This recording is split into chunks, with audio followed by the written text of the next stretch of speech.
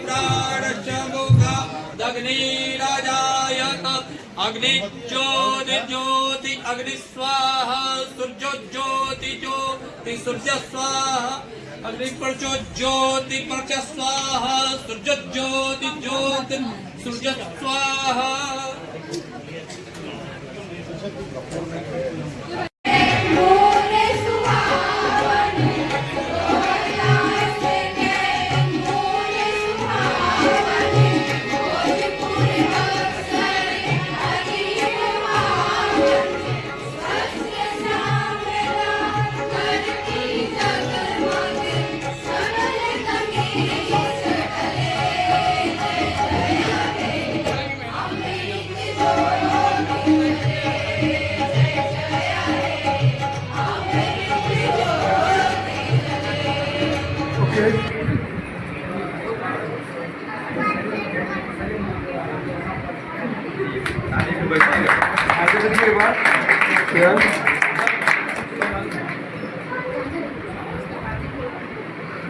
Ma'am hello एक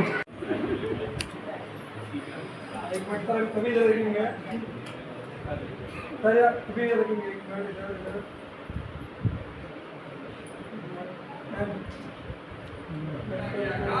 हमारा यह गोष्ठी विश्व कल्याण की भावना को रखता है और विश्व कल्याण की भावना किसमें है? तो अहिंसा परमो धर्म में है, करुणा में है, दया में है, प्रेम में है, उत्तम संयम में है, मार्गव में है, आर्जव में है, सत्य में है, शौच में है, संयम में, किंचन और ब्रह्मचर्य में है।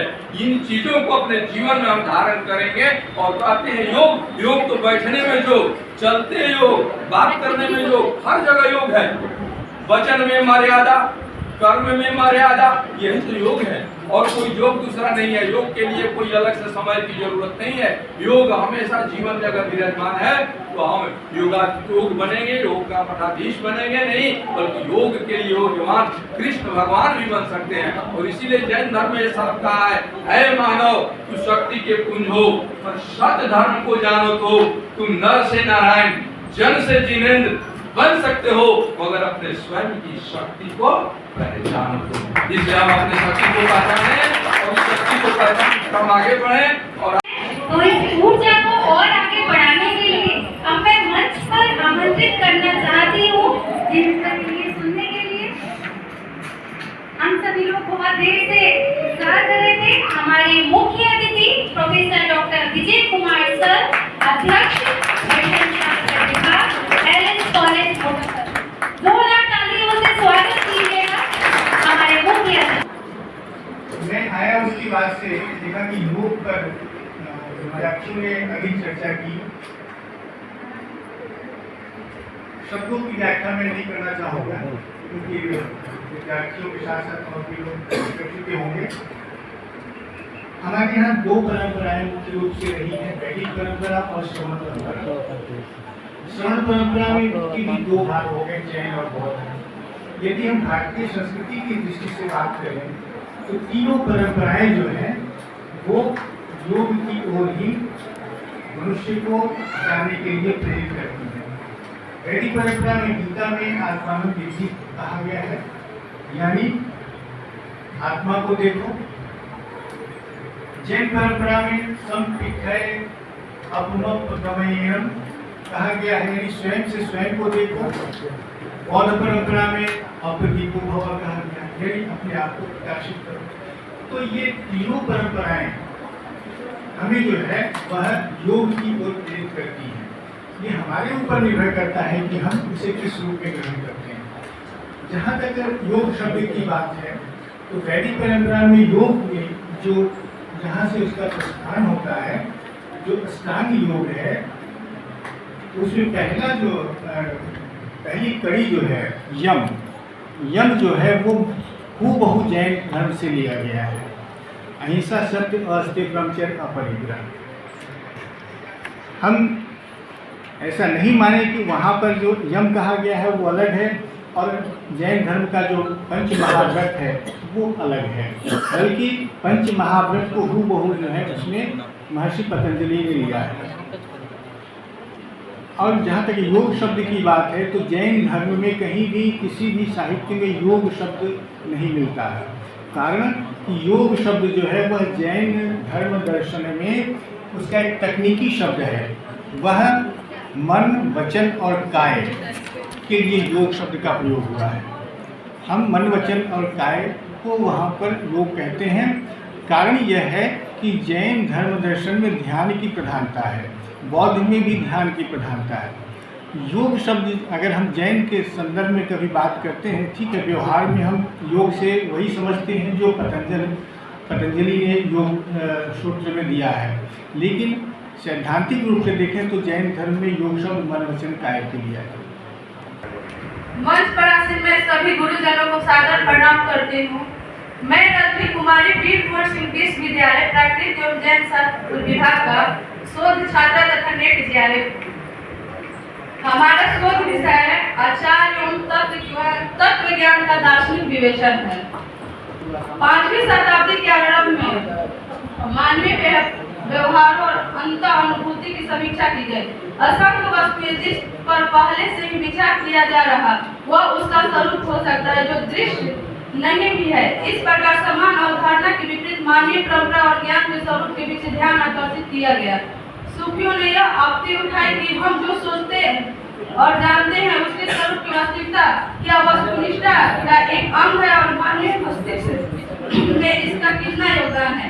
सचमुच में ज्ञान का जो स्वरूप है वह वास्तविक है। उदाहरण स्वरूप प्रोटोगोरस सहमति व्यक्त करते हुए कहते हैं कि प्लेटो के प्रतिवेदन पर विश्वास किया जाए कि प्रत्येक वस्तु जिसकी प्रतीति मनुष्य की होती है वह प्रतीति ही केवल सत्य या वास्तविक है, जिसका अर्थ उनकी प्रसिद्ध उक्ति में निहित है, man is the measure of all things.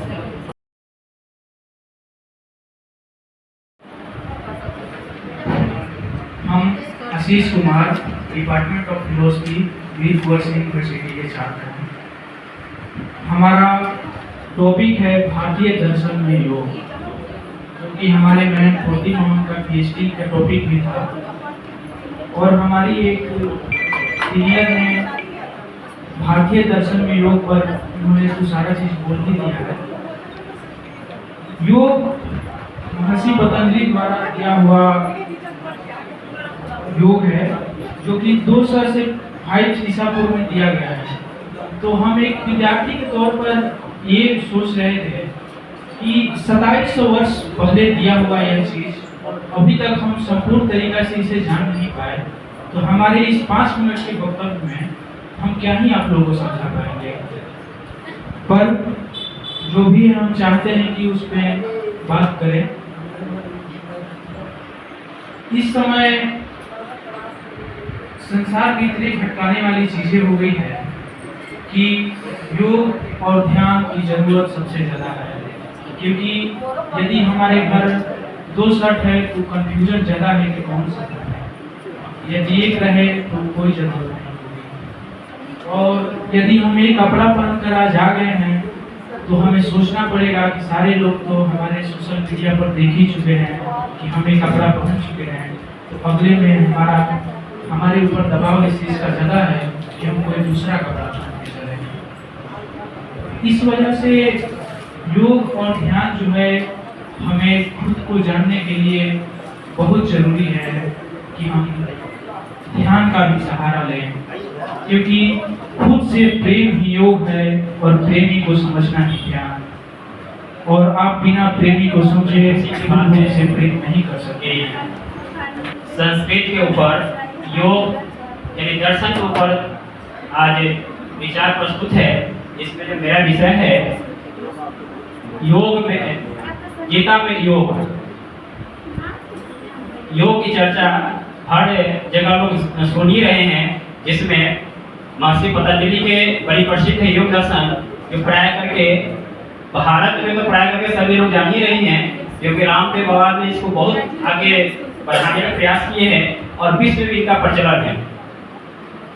इसके साथ साथ गीता में भी योग का चर्चा किया गया है। श्रीमद् भगवत गीता भारतीय दर्शन एक अनमोल ग्रंथ है, जिसमें योग, धर्म, कर्म और भक्ति के सिद्धांतों का गहन विश्लेषण किया गया है। यह महाभारत के भीष्म पर्व के अंतर्गत आने वाले 18 अध्यायों में विभाजित एक संवादात्मक ग्रंथ है, जिसमें भगवान श्री कृष्ण ने अर्जुन को आत्मबोध जीवन के परम सत्य ज्ञान प्रदान करते हैं। गीता में योग आत्मा और परमात्मा के मिलन, मनन और कर्म के संयम तथा आध्यात्मिक उन्नति के मार्ग के रूप में प्रस्तुत किया गया है। इस ग्रंथ में श्री कृष्ण योग के विभिन्न स्वरूपों का वर्णन करते हुए अर्जुन को यह सिखाया कि जीवन के हर क्षेत्र में योग अपना कर जैसे उच्चतम चेतना को प्राप्ति की जा सकती है। गीता के अनुसार योग केवल एक शारीरिक या मानसिक क्रिया नहीं है, बल्कि यह जीवन जीने की एक कला है। यह हमें हमारे वास्तविक स्वरूप से परिचित कराता है और जीवन में संतुलन बनाए रखने की प्रेरणा देता है।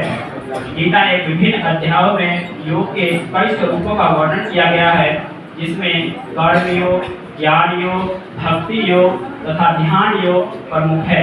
इन योगों के माध्यम से व्यक्ति न केवल अपनी आत्मा का उत्थान कर सकता है, बल्कि जीवन में सफलता और शांति की प्राप्ति किया जा सकता है। योग जिसमें आत्मा के शुद्धिकरण, जन्म मृत्यु के चक्र से मुक्ति की बात की जाती है।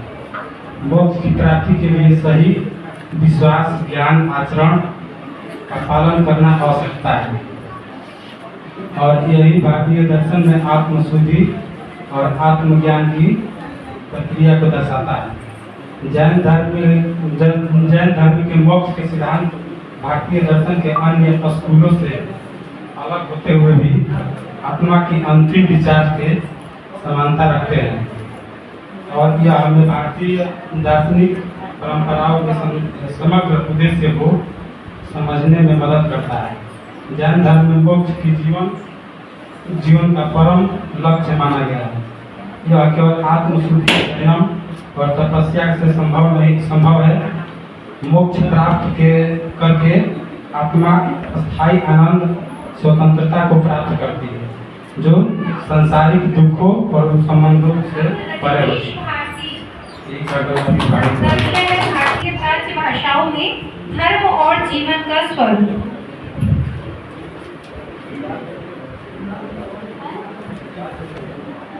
मेरा विषय है भारतीय प्राच्य भाषाओं में धर्म और जीवन का स्वरूप।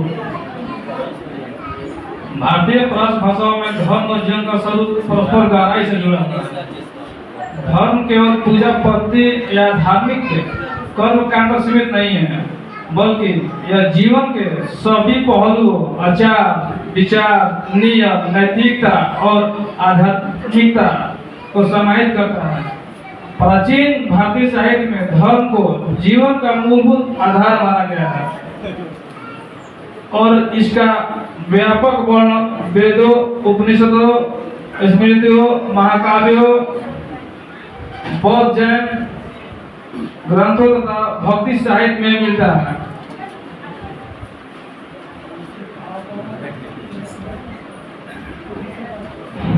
निष्कर्ष है, भारतीय प्राच्य भाषा में धर्म और जीवन का स्वरूप गहराई से जुड़ा हुआ है।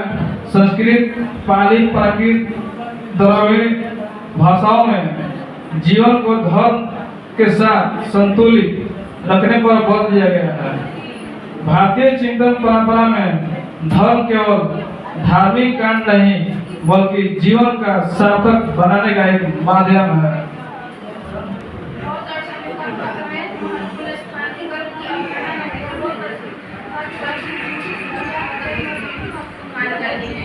यह सिद्धांत जीवन और को निर्धारित करती है। भगवान बुद्ध ने कर्म को जीवन के सभी पहलुओं से जोड़ा और समझाया कि इस प्रकार व्यक्ति के कर्म उसके भविष्य को प्रकाशित करते हैं। बौद्ध दृष्टिकोण में कर्म का अर्थ केवल शारीरिक क्रियाओं तक सीमित नहीं है, बल्कि यह मानसिक और बाह्य कर्मों को भी सम्मानित करता है। बौद्ध दृष्टि से कर्म के प्रकार शारीरिक कर्म, वाचिक कर्म, मानसिक कर्म होते हैं।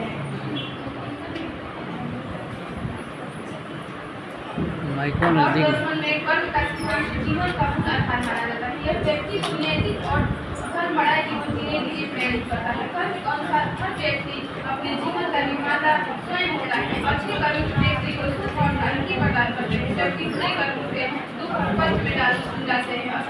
बौद्ध दर्शन में यह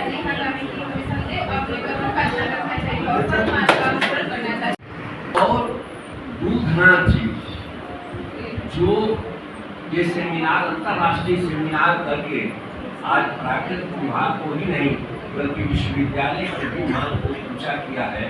मैं उन्हें बार बार धन्यवाद देता हूँ। लेकिन उन्होंने ये प्रोफेसर विश्वनाथ जी के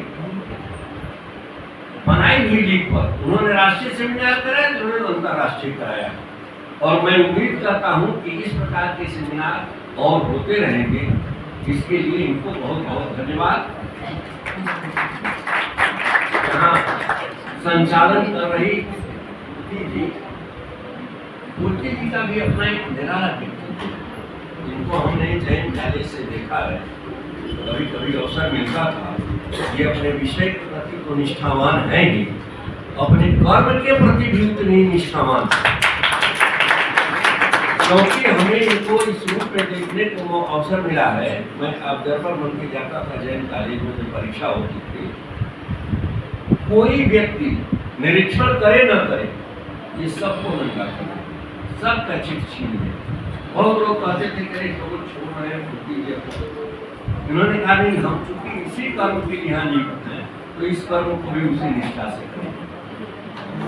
ईश्वर से मत डरिए, अपने कर्मों से डरिए। और ना तो मनुष्य, फिर से मैं कहूंगी कि ना तो मनुष्य खाली हाथ जाता है, ना ही खाली हाथ आता है। वो कर्मों को लेके आता है और कर्मों के साथ जाता है। तो आज से ही अपने कर्मों के ध्यान रखिए। का जो कार्यक्रम चल रहा है उसके साक्षी यहाँ बैठे कई और लोग हैं जो पहले दिन थे। धन्यवाद के पात्र सबसे पहले अगर हैं तो हमारे प्रतिभागी हैं, जो लगातार 27, 28 और आज 29 तक ये अपना कार्य कर रहे हैं, पत्र वाचन कर रहे हैं, सहयोग कर रहे हैं।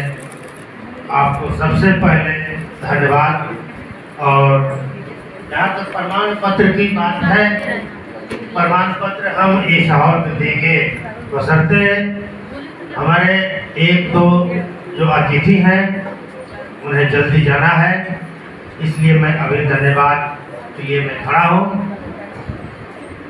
धन्यवाद के क्रम में हमारे जितने वॉलंटियर्स, विभागीय शोध छात्र और छात्राएं,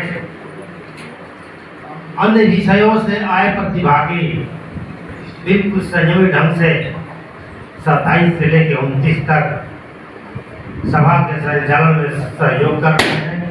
सबसे पहले आपका धन्यवाद ज्ञापित करते हैं, आपके प्रति आभार प्रकट करते हैं। सारे लोग कर रहे हैं, कर लिए, तो ऐसे में इन तमाम लोगों का जो सहयोग रहा है, ये अभी समापन के ये साक्षी बनेंगे लोग। मंगलेश, मोमेंटो और जो भी है लेके आइए जल्दी आप।